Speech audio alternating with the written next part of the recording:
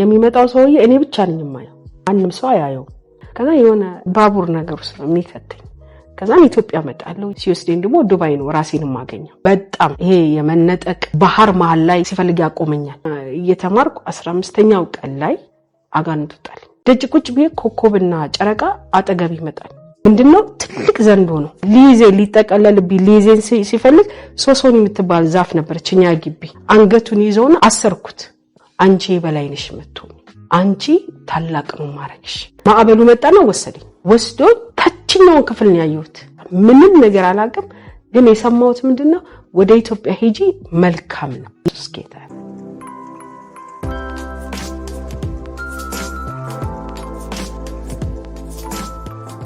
ሰላም ቅዱሳን እንደናችሁ ሁሉ መልካም ክብር ለኢየሱስ ይሁን እኔም ባለቤቴም በነዙሪያ ያሉ ቤተሰቦቼ ሁሉ ሰላም ናቸው ዛሬም ደግሞ ድንቅ በሆነ ምስክርነት ተመልሼ መጥቻለሁ እነዚህ ምስክርነቶች ሌላ ቻናል ላይ ኢንተርቪው ሲደረጉ ያየሁትና የተነካውባቸው ቪዲዮዎች ናቸው ስለዚህ ከነዚህ ቪዲዮዎች ውስጥ የተማርኩትን ነገር ለማስተማርና ብዙዎች ይህንን ደግሞ ምስክርነት እንዲሰሙ ለማድረግ ነው እነዚህን ቪዲዮዎች እየሰራሁ ያለሁት ስለዚህ እቺታችን እንዴት በአጋንንት ስርዓት ውስጥ እንደነበረች አጋንንት ለምን አይነት ፕሮግራም እንደሚፈልጋት እንደነበር ከዛም በኋላ ደግሞ የናዝሬቱ ኢየሱስ እንዴት ከአጋንንት ስርዓት ተናጥቆ የራሱ እንዳደረጋት የሚናገር ምስክርነት ነው ስለዚህ ይህንን ምስክርነት ተመስጣችሁ እንድትሰሙ አሳስባችኋለሁ መጨረሻ ላይ ደግሞ ይህንን ምስክርነት ሙሉ ቪዲዮን የት ቻናል ላይ እንደምታገኙት ቻናሉን እነግራችኋለሁ ቀጥታ ወደ ቪዲዮ እንሄዳለን ስሜ ጸጋነሽ ቡጋሌ ይባላል ጌታን ከማግኘቴ በፊት ስለምንም ስለ ሃይማኖት ስለምናምን አላቅም ያው በኦርቶዶክስ እምነት ውስጥ ያደኩኝ በ19 ዓመቴ ከሀገር ወደ ዱባይ ሄድኩ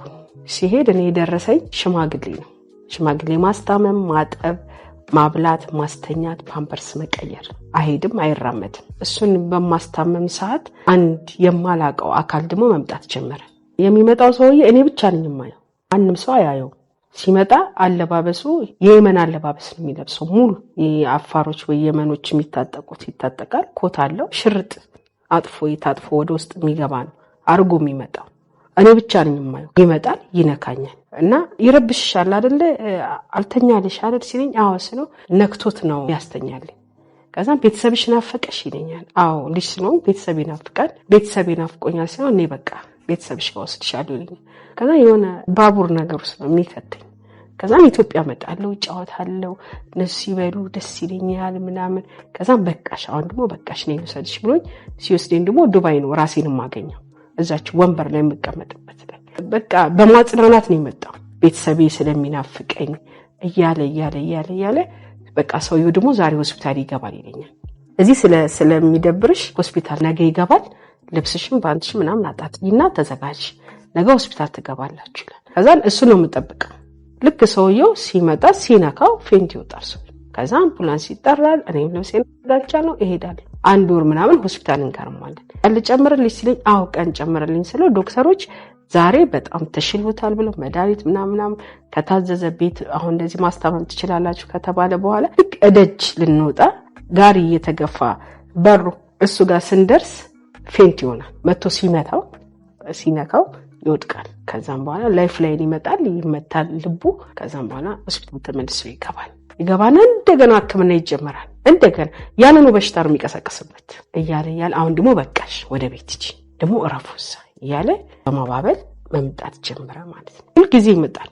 9 ሰዓት ይመጣል ያስተኛናል 12 ሰዓት ላይ 11 ሰዓት ተኩል ላይ ደግሞ ይቀሰቅሰናል ከዛ ምን ማድረግ ጀመርኩ እንቅልፍ ማጣት ጀመርኩ ሌሊትም ይመጣል ያዋራኛል ያጫውተኛል ሰውየውን አስተኝቼ እደጅ ቁጭ ብዬ ኮኮብና ጨረቃ አጠገብ ይመጣል አጠገብ ጋር ማለት ነው በጣም ነው የማወራው ዱባይ በመኖርበት ዘመን እንቅልፍ አላውቅም እንቅልፍ አላውቅም ከዛ እያለ ሰውየው ሊሞት ሲል 3 ቀን ሲቀረው አሁን ልወስደው ነው አለ የት ስለው እኔ ጋር ማለት ስለው ሊሞት ነው አለ በሽታው ምንድነው ግን ጃልጣ ነው አለ ጃልጣ ማለት የደም መጋገር ነገር ነው ከዛ ሰትዩስ እንዳባባ እኮ ያዘው ጃልጣ ነው በምን አውሽቴ በምን ልበላት ከዛን ከ3 ቀን በኋላ ባባ አረፈ ከሞተ በኋላ ሰትዩዋ አላከችኝ ወደ ኢትዮጵያ ቤት ውስጥ እንድሰራ አረጋችኝ ቤት ውስጥ ሰራ ደግሞ ኩሽና ኮንኩ ምሰራው ይመጣል ሸምስ ነው የሚሉኝ ስሜን ያወጡልኝ ሸምስ ነው ባባ ነው ያወጣልኝ በዘጋ ይመጣና ሸምስ ይለኛል ያሉልሽ ይለኛል ግን እንቅልፍ የለኝ እያልኩ ሌላ ለመምድ ውስጥ ከተተኝ የት ይወስደኝ ጀመር ላስ ቬጋስ ይወስደኝ ጀመር ላስ ቬጋስ ላይ አጋንንቶች አሉ። ላስ ቬጋስ ሙሉ የተቆጣጠሩ እነሱ የኔ ናቸው ይለኛል። ወደዚህ ሀገር ያመጣኛል እሱ የኔ ነው ይለኛል። እነዚህ የኔ ናቸው፣ አንቺ በላይ ነሽ የምትሆኚ፣ አንቺ ታላቅ ነው ማረግሽ እያለኝ ነገ ምን እንደሚፈጠር አውቃለሁ። እንደዛ እያልኩኝ 4 ዓመቴ ላይ ወደ ኢትዮጵያ መጣሁ። የነሱን ቤት ኮንትራት ጨርሼ ሌላ ኮንትራት ደግሞ ሳገኝ አልጋ ላይ ተኛ ሴት አታጋጥመኝ። ለሊት ላይ ጌታ ምስክሬ ነው በኢየሱስ ከባህር ላይ የሚወጡ ሰዎች አሉ ይሰማኛል፣ ለኔ ማለት ነው። እሷ ጋር የሚመጡ አሉ። ልጅቷን ይዤ ወደ ባህር እየዋኘን ስንጫወት ማዕበል አለ አይደለ? ማዕበሉ መጣና ወስዶ ታችኛውን ክፍል ነው ያየሁት። ታችኛውና ጠፋሽ ተባለ። እንደገና ተፋኝ። ለሰው ብትነግረው ግራ የሚገባ ነገር ውስጥ አስገብቶኝ ነበር።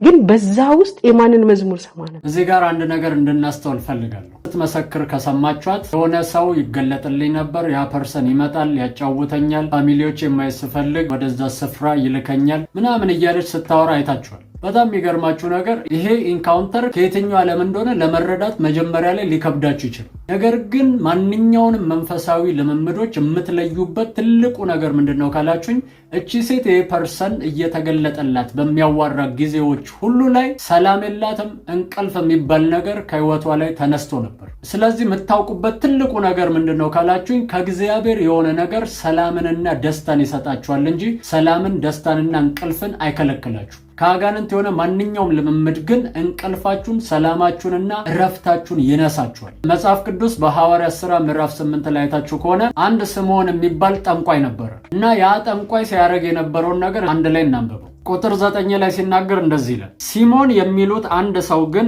እኔ ታላቅ ነኝ ብሎ እየጠነቆለ የሰማርያንም ወገን እያስገረመ ቀድሞ በከተማ ነበረ ይላል። ተመልከቱ፣ ይህ ሰው ያስደንቃቸዋል፣ ያስገርማቸዋል። ከትንንሽ ጀምሮ እስከ ሽማግሌው ድረስ ይህንን ሰው ታላቁ የእግዚአብሔር ኃይል ይህ ነው እያሉ ይሰሙት ነበር ይላል። የሰይጣን ኃይል ነው ብለው አይደለም የሚሰሙት፣ የእግዚአብሔር ኃይል ነው ብለው ነው የሚሰሙት። ለምን ካላችሁኝ፣ በዚህ መጠን ተሸውዷል በሚያዩት ነገር። ነገር ግን ይህ ሰው ያደረገው ነገርና ፊልጶስ ባደረገው ነገር መካከል ያለውን ዋናውን አንዱን ልዩነት ላሳያችሁ። ቁጥር 5 ጀምሮ እንደዚህ ይላል፣ ፊልጶስ ወደ ሰማርያ ከተማ ወርዶ ክርስቶስን ሰበከላቸው። ሕዝቡም የፊልጶስን ቃል በሰሙ ጊዜ ያደርጋት የነበረውን ምልክት ባዩ ጊዜ የተናገረውን በአንድ ልብ አደመጡ። ርኩሳን መናፍስት በታላቅ ድምፅ እየጮሁ ከብዙ ሰዎች ይወጡ ነበርና ብዙም ሽባዎችና አንካሶች ተፈወሱ። በዚያችም ከተማ ታላቅ ደስታ ሆነ ይላል። ሲሞን የሚባለው ሰው ድንቅን ያደርጋል፣ ታምራት ያደርጋል፣ ህዝቡ ይደነቃል። ነገር ግን ደስታ የለውም ህዝቡ። ፊልጶስ ግን ሲመጣ ለዛች ከተማ ታላቅ ደስታ ሆነ ይላል። ያቺ ከተማ ደስታ ደግሞ ያጣች ከተማ ነበረች። እውነተኛው የእግዚአብሔር ኃይል ያለበት ፊልጶስ ሲመጣ ግን ሰላምንና ደስታን በከተማው ላይ እንዲሆን አደረገ። ይህ ጠንቋይ ግን ድንቅን ያደርጋል እንጂ ምንም አይነት ሰላም ለከተማው አልሰጠም። ስለዚህ ታምራቶችን የምትለዩበት ትልቁ ነገር ምንድነው ካላችሁኝ፣ ከታምራቱ በኋላ ደስታ ተሰምቷቸዋል፣ ሰላም ተሰምቷቸዋል ወይስ ውስጣችሁ ተረብሿል፣ እንቅልፋታችኋል፣ ሰላማታችኋል ወይ የሚለው ነገር እግዚአብሔር ይሁን የሰይጣን ይሁን ነገሩን ይለየዋል ማለት ነው። ስለዚህ ከዚህ በኋላ ህይወታችሁ ላይ ያለውን ልምምድ በዚህ መለየት ትችላላችሁ። ቪዲዮውን እንቀጥላለን። በዛ ውስጥ የማንን መዝሙር ሰማ ነበር መሰለኝ? ተመስገን ማርቆስ ቅባቱ በእኔ ላይ አላለቀምና እያለ ሲዘምር የቆዳ የተሰፋ በሱ ዘይት ሲፈሳይ ነበር። ምንድነው ነገር ብዬ በቃ እህቴ አንድ ዱባይ ነበረች፣ ተደዋወልንና ከዛ ቤት ጠፍቼ ወጣሁ። ከኔ ጋር አንድ የምትሰራ ልጅ የአውሊያ አምልኮ ያመልካል፣ የጥንቆላ ማለት ነው። ከዛን ጓደኛዋ ስትመጣ እኔን ስታይ ሰገደች። ምንድነው ስለ አንቺ ላይ ያለው ይሰገድለታል፣ አንቺ አላወቅሽውም፣ ታላቅ ነገር በውስጥሽ አለ፣ ብዙ ነገር ማድረግ ይችላል አለች። 97 ኢትዮጵያ ላይ ስመጣ አንድ የአረብ ተወላጅ አገኘኝ፣ በመናፍስት ዓለም ውስጥ ያለ። ልክ ሲያይ እኔና አንቺ አለኝ ትልቅ ስራ እንሰራለን፣ አንቺ ውስጥ ያለውን አላወቅሽውም ማለት። ከኢትዮጵያ ገና ልወጣ አንድ ቀን ሲቀረኝ በህልም ያየሁት አለ። ምንድነው? ትልቅ ዘንዶ ነው። ሊጠቀለልብኝ ሊይዘኝ ሲፈልግ ሶሶን የምትባል ዛፍ ነበረች እኛ ግቢ። አንገቱን ይዘውና አሰርኩት። ከዛ ምን ይለኛል? ፍቺኝ እንጂ እንዳልከተልሽ አስረሽኝ ወጣሽ። እኔ እኮ ፈልግሻለሁ፣ ፈታሁ ብቻ በይኝ አለኝ። ፈታው አልኩት። ከዛ ነገር ተጀመረ። ወሰዱኝና በእኛ የምናመልከው እንደዚህ ነው፣ አንቺ ጋር ያለው ትልቅ ነው እና ካፍሽ ቃል ጋር የሚሰራ ነው አሉ። ከዛ ምን ማድረግ አለብኝ ስላቸው 3 ቀን ጾም ጸሎት ይዘን እናጠምቅሻለን። ጾም ጸሎት አለ ባይዘው። እሺ ብዬ ጾም ጸሎት ተይዞ 3ኛው ቀን ራቆቴን አጠመቁ። እንዲህ ሲገባብኝ ታወቀኝ። ግልገል ዘንዱ ትንሽ ፈርጥም ያለ እዚሁ ሲገባብኝ ታወቀኝ። በቃ ከበደኝ። ከዛም በኋላ ምን ቀን ሰጡኝ? እኔ ቡና ማፈላበት ቀን ሮብ ቀን። ግን በዛው ውስጥም ሆኜ በህልሜ ምንድነው ማየው እባብ ሲጨፈጭፋለሁ። ሌላ ቀን ደግሞ ሌላ ቦታ ወስዶኝ ሰይፍ እጄ ውስጥ አስቀምጦ ዘንዱ ስቆርጣየው። የትም ቦታ ሲል ሰላም ተሰጥቶኝ ነው የሚገቡት። ብዙ ነገር አልፌያለሁ። በጣም ይሄ የመነጠቅ ባህር መሃል ላይ ሲፈልግ ያቆመኛል። በቃ ይሄ ግዛት የኔ ነው ይለኛል። እያለን ልክ መጨረሻ ላይ ልንለያይ ስንል ህልማየው የሙሴ አለባበስ የለበሰ ረጅም እንጨት የያዘ አንበሳ ከጎኑ ጋር የቆመ ነይ ይለኝና እኔን አጠገቡ ያቆምና ቤቱን ያፈርሰዋል። ምን ህልማየ ሲሉኝ አረ ሲጠብቀን አየው አልኳቸው። ሰከንድ ቡና አፍልተን ተፋጀን፣ ቤቱ ፈረሰ። ከዛም ተለያየ። እኔ ከዱባይ ወደ ራስ ሐኪም ሄድኩኝ ማለት ነው። ራስ ሐኪም ያስገባኝ ኦፊስ ጋር ነው የሄድኩት። ቢሮ መስታወት ነው። እኔ እንደዚህ ቁጭ ብያለሁ። ሰውዬው ወደ ውስጥ ገብቷል። ከሰማይ እሳት ሲወርድ ነው ማለት። ሰማይ የተሰነጠቀ ክብ ይሆንና ወላፈን አለው። ዘን መስታወቱን መጨረሻ ላይ መስታወቱን አልፎ ገባና ልቤ ውስጥ ገባ። በዚህ በቀጥታ ነው የገባው። ወደኩኝ። እንደዛን ቀን በህይወቴ አልቦኝ አያውቅም። እና የአጥንት የሚሰባበር ነገር የለም። አቅም ማጣት እና ልብስ ይወላ ይጨመቃል። በቃ ምንም ነገር አላውቅም። ግን የሰማሁት ምንድነው ወደ ኢትዮጵያ ሄጂ መልካም ነው የሚል ነገረኝና በቃ ለጣል አስፋልት አሳየኝ። ልክ ሲያሳየኝ ፖሊሶቹ ደረሱ፣ እጄን አሰሩ። ወደ ኢትዮጵያ መጣሁ። ወደ ኢትዮጵያ ከመጣ በኋላ እህቴ ኢየሱስ ያድናል አለች። ግን ሮብ ቀን ኤፍቢአይ ቸርች በነብይ ዘርሽ አማካኝነት ጌታ ተናግሮ ነበር ለእህቴ። ጠርቷት እህትሽ ዱባይ ላይ በከባድ እስራት አለች፣ ግን ትመጣለች፣ ለክብሬ ያመጣታለሁ ይልሻል፣ በቅርብ ትመጣለች አላት። እሱ ሮብ ተናግሮ እኔ ሰኞ ዕለት ነው የገባሁት። ከዛን ወንጌል ነገረችኝ። ኢየሱስ ያድናል አለች። ከምን ስላት ከሁሉ ነገር ያድናል። በሚገርም ሁኔታ ዱባይ ላይ 2 የመኪና አደጋ አልፌያለሁ። እህቴ ወንጌል ነገረችኝ። ኤፍቢአይ ቸርች ሄድኩኝ። በፓስተር ጌታሁን ደህንነት ተጀመረልን። 1 ወር ነው የተማርኩት። ቀን በቀን እየሄድኩ ማለት ቀን በቀን ልክ ግን እየተማርኩ 15ኛው ቀን ላይ አጋንንት ወጣልኝ በዲቫ አማካኝነት። ደህንነት ተማርኩኝ፣ ተጠመቅኩኝ። ጌታን ለመቀበል የገባው ብርሃን እኔ ውስጥ የገባው ብርሃን ምንም ለውሳኔ እንድደራደር አላረገኝ። ግን ፈተናዎች የሉም ማለት ነው። ጌታን ከተቀበልኩ በኋላ ጸልይ ተንበርከሽ ሲሉ ይመጣብኛል። ይሄን ትተሽ፣ ይሄን ብርትተሽ፣ ይሄን ነገር ትተሽ፣ ይሄን ሰጥሻለሁ ቢ ከዛ ሲመጣብኝ ደንግጬ እነሳለሁ።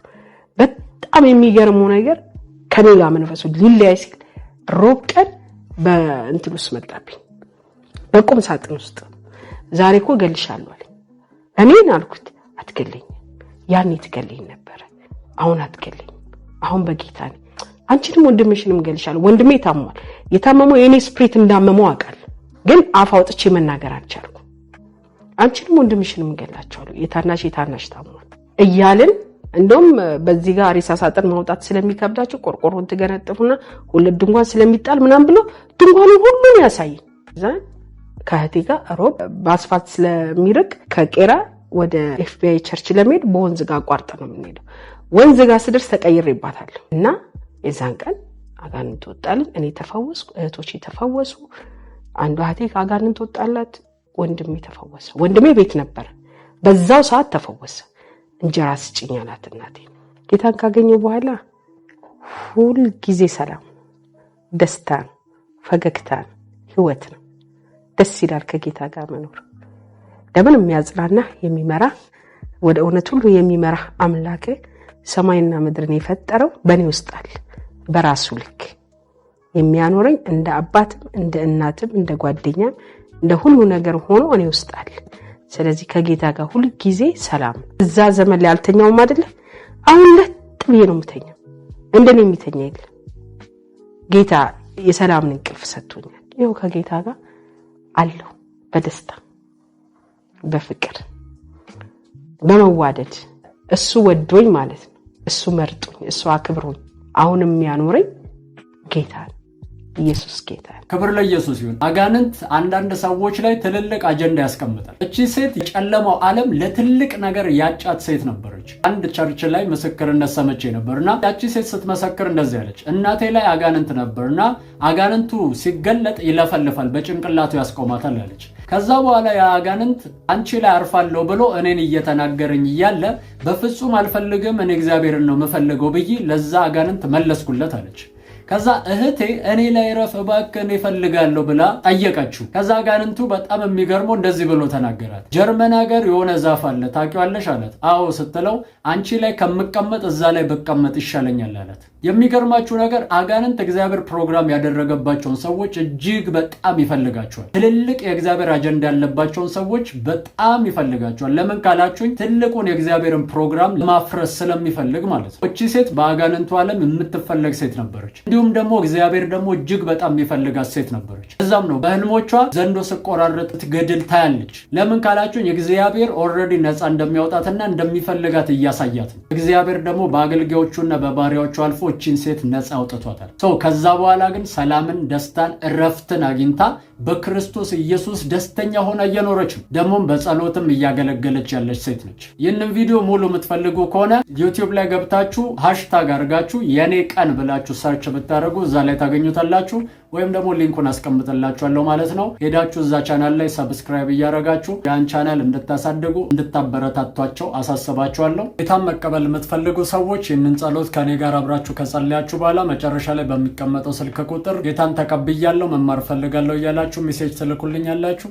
እኔ የምለውን በማለት ኢየሱስን ወደ ህይወታችሁ ጋብዙት። እግዚአብሔር አምላክ ሆይ ዛሬ ወደ አንተ ስለጠራኝ አመሰግናለሁ። እግዚአብሔር ሆይ እኔ ኃጢአተኛ ነኝ። ኃጢአቴን ይቅር በለኝ፣ መተላለፌን ደምስስልኝ። ክቡር በሆነው በልጅ በኢየሱስ ክርስቶስ ደም ከኃጢአቴ ሁሉ አንጻኝ። እግዚአብሔር ሆይ ዓለምን፣ ሰይጣንን፣ ሥራውን ክጄአለሁ። ጌታ ኢየሱስ ክርስቶስን የሕይወቴ አዳኝና ጌታ አድርጌ ተቀብያለሁ። ኢየሱስ ክርስቶስ ከሙታን እንደተነሳ በልቤ አምናለሁ። ጌታም እንደሆነ በአፌ መሰክራለሁ። እግዚአብሔር ሆይ ስለተቀበልከኝ አመሰግናለሁ። አሁን ልጅ ነኝ። ይህን እድል ስለሰጠኝ አመሰግናለሁ። አሜን፣ አሜን፣ አሜን። አሁን ጌታን እንደ ግል አዳኛችሁ አርጋችሁ የተቀበላችሁ ሰዎች ትምህርት ለመማር በዚህ ስልክ ቁጥር ደውሉልኝ 0920 9996 42። ተባረኩ። ተባርካችኋል፣ ተወዳችኋል። ይህንን ቪዲዮ ለብዙዎች ሼር በማድረግ አብራችሁ እንድታገለግሉ አሳስባችኋለሁ። ወዳችኋለሁ። ሻሎም